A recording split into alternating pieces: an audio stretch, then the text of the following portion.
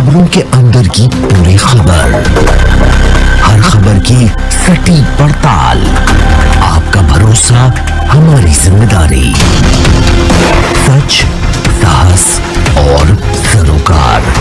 हमारे जिस रास्ते पर जा रहा है वो रास्ता मेजॉरिटेरियन फॉर्म ऑफ डेमोक्रेसी के रास्ते पर जा रहा है।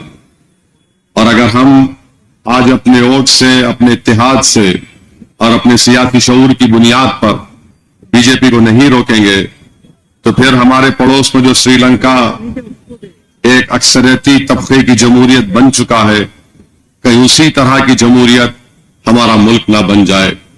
और याद रखिए, अगर वोट नहीं डालेंगे तो फिर आप रास्ता हमवार कर रहे हैं बीजेपी के लिए कि इस मुल्क को एक मुकम्मल हिंदू राष्ट्र बना दिया जाए। तो मेरी उन तमाम नौजवानों से और खास तौर से फर्स्ट टाइम वोटर जो है उनसे मेरी अपील है कि 13 तारीख के दिन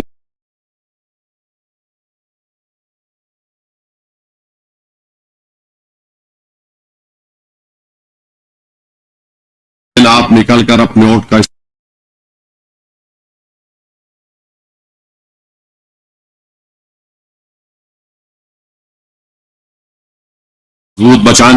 मजबूत करने के लिए इस्तेमाल ना हो।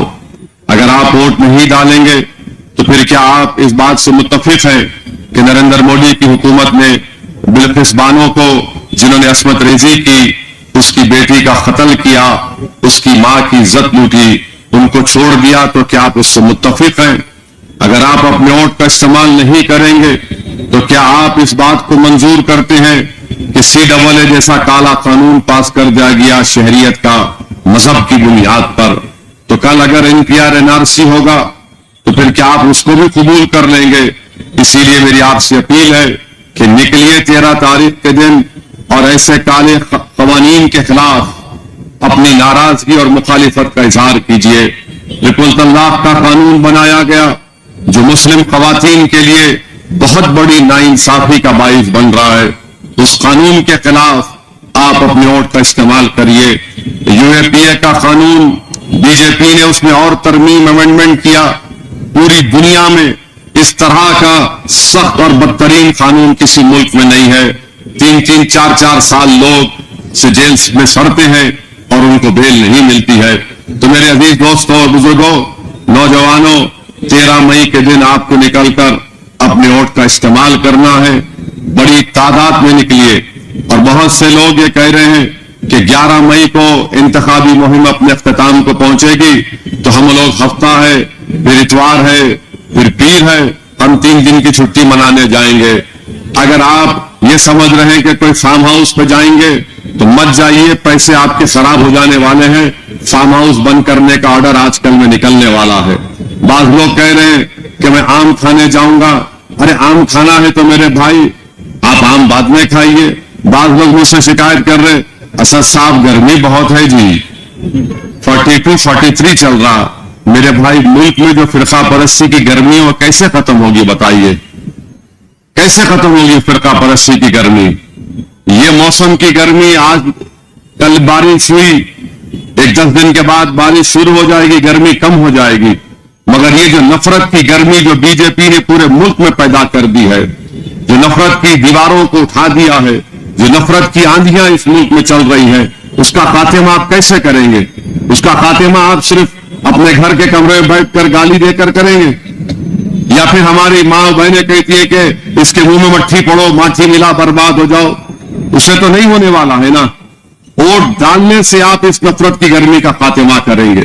तो मेरी आपसे गुजारिश है कि 13 मई के दिन अपने एक वोट का इस्तेमाल करके आप ना सिर्फ हैदराबाद से मजलिस इत्तेहादुल मुस्लिमीन के उम्मीदवार को कामयाबी दिलाइए, बल्कि आपका एक वोट फिरका परस्त ताकतों को, बिलखुसूस बीजेपी को और हमारे वतन अजीज के वजीर आजम को यह पैगाम देगा कि हम आपकी 10 साल की हुकूमत में जो आपने नफरत का एक माहौल पैदा किया, जिसमें मॉब लिंचिंग में इजाफा हुआ, हिजाब एक मसला बन गया, अज़ान एक मसला बन गया, खाना किसी का एक मसला बन गया, तो इन तमाम मुद्दों के खिलाफ आपको अपने वोट का इस्तेमाल करके एक भारी अक्सरियत से आपको हैदराबाद की पार्लियामेंट की सीट से मजलिस को कामयाब करना पड़ेगा। और याद रखिए, जो लोग वोट नहीं डाल रहे और ये समझ रहे कि कुछ फर्क नहीं पड़ेगा, बीजेपी नरेंद्र मोदी ये कह रहे हैं कि 400 पार, इसका मतलब एक ही निकलेगा, 400 पार होगा तो संविधान कमजोर पड़ जाएगा या नया संविधान लिखा जाएगा। हमारे दलित भाई ये जान चुके हैं। मैं सलाम करता हूं हमारे दलित भाइयों को कि वो मोदी के इस मंसूबे को पहचान चुके हैं कि 400 पार के जरिए नरेंद्र मोदी संविधान को खत्म करेंगे, बेसिक स्ट्रक्चर को या तो खत्म कर देंगे और जो दलित भाइयों का रिजर्वेशन आरक्षण है उसको खत्म करेंगे। तो इसलिए हमारे आइन को बचाना है और हमारा आइन में इक्वालिटी एक बहुत बड़ा फंडामेंटल राइट है। हमारे आइन में दफा 29 हमारी तहजीब की हिफाजत का हमको हक देता है।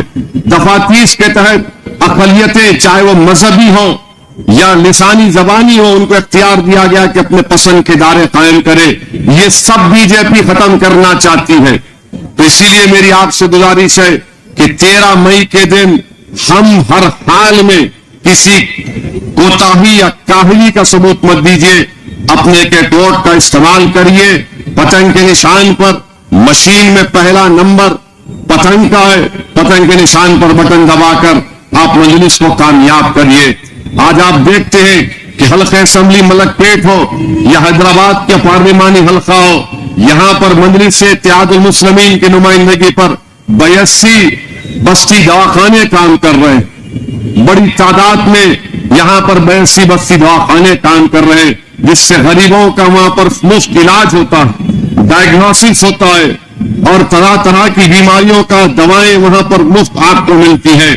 टेमरिस के तहत 24 टेमरिस कायम किए गए, स्कूल्स कायम किए गए जूनियर कॉलेज तक, जिसमें करीब 12,000 के करीब मुस्लिम तलबा और तालिबात उसमें तालीम हासिल कर रहे हैं। ये सामने आपकी इमारत है, चंचलगुड़ा जूनियर कॉलेज और स्कूल की इमारत भी अल्हम्दुलिल्लाह वहां पर काम ज़ेरे दौरान है। तो तरक्याती काम आप देखते हैं कि मलकपेट असेंबली हल्के में मैं बलाला साहब के साथ, जो धोबियों के लिए बलाला साहब ने उनके लिए बहुत बड़ा कम्युनिटी हॉल बनाया। हमारे दलित भाइयों के लिए दलित बंधु की स्कीम उनको दी, बल्कि दलितों के 220 लोगों को यहां पर मुकामी मजलिस के मैंने बलाला साहब ने उनको 2 BHK का उनको घर भी दिलाया, 222 दलित परिवारों को, खानदान को। तो मजलिस हर मैदान में काम कर रही है। मेरी आपसे गुजारिश है कि वोट का इस्तेमाल करिए। जो असेंबली इंतखाबात में पोलिंग परसेंटेज था वो बिल्कुल नाकाबिल कबूल है। अब आपको आगे बढ़कर अपने वोट का इस्तेमाल करना है। और हमारे वजीर आजम की जबान ऐसा दिख रही है कि रोड चलता आदमी भी उस तरह की जबान इस्तेमाल नहीं करता। एक वक्त वजीर आजम अपने भाषण में तकरीर में बोल दिए कि भारत के अल्पसंख्यक समाज के मुसलमान जिस मुल्क में 17 करोड़ की आबादी वो घुसपैठी है। कोई वजीर आजम ने कह दिया कि हमारी बेटियां ज्यादा बच्चे पैदा करती हैं। तो वजीर आजम ने पूरी समाज की तौहीन करके कह दिया कि हिंदू बहनों के गलों से मंगलसूत्र उतारकर मुसलमानों को दिया जाएगा। मैं जिम्मेदारी के साथ कह रहा हूं, भारत के वजीर आजम को बात मानना चाहिए कि मुसलमान गरीब होगा मगर एक यूर है, वो अपने इज्जत नफ्स का समझौता नहीं करता। हम क्यों किसी हमारे हिंदू बहन के गले का छीना हुआ मंगलसूत्र अपने जेब में डालेंगे? क्यों इस्तेमाल करेंगे? हम हरगिज नहीं करेंगे। वजीर आजम की जबान इस तरह से जहर फैला रही है और कह रहे हैं कि बच्चियां ज्यादा बच्चे पैदा करते। मोदी साहब, आपके अब्बा ने 6 को पैदा किया, उसको क्या बोलेंगे? अमित शाह के अब्बा ने 6 बेटियों को पैदा किया, उसको क्या बोलेंगे? गोलवालकर के अब्बा ने 11 को पैदा किया, उसको क्या बोलेंगे? आपको नजर नहीं आता? मोदी की हुकूमत का आदाद और शुमार डेटा कहता है कि मुस्लिम खवातीन का TFR रेट गिरा है, यकीनन गिरा है, मगर मोदी हमारे हिंदू भाइयों को पैगाम दे रहे, भाइयों बहनों डरो, मुसलमान बहुत बच्चे पैदा कर रहे हैं, वरना हमारी इनकी आबादी बढ़ जाएंगी। नरेंद्र मोदी कब तक झूठ बोलेंगे आप? कभी तो सच बोलो। और आप जानते नहीं है जिस आइडियोलॉजी से नरेंद्र मोदी आते हैं वो RSS की आइडियोलॉजी है। RSS اس ملک کی آزادی میں کوئی رول ادا نہیں کیا, کوئی رول نہیں تھا ان کا. اور حیدرآباد وہ سرزمین ہے جب کالا پانی میں پہلا مجرم گیا پورے ملک سے تو مولوی اسماعیل مکہ مسجد کے امام تھے. وہ مولوی اسماعیل جو رمضان کے جمعۃ الوداع میں مسجد میں خطبہ دیے, نماز پڑھائے, اس کے بعد مکہ مسجد سے جلوس لے کر سلطان بازار, موجودہ سلطان بازار کے برٹش ریزیڈنسی کے پاس جا کر انگریزوں کے خلاف احتجاج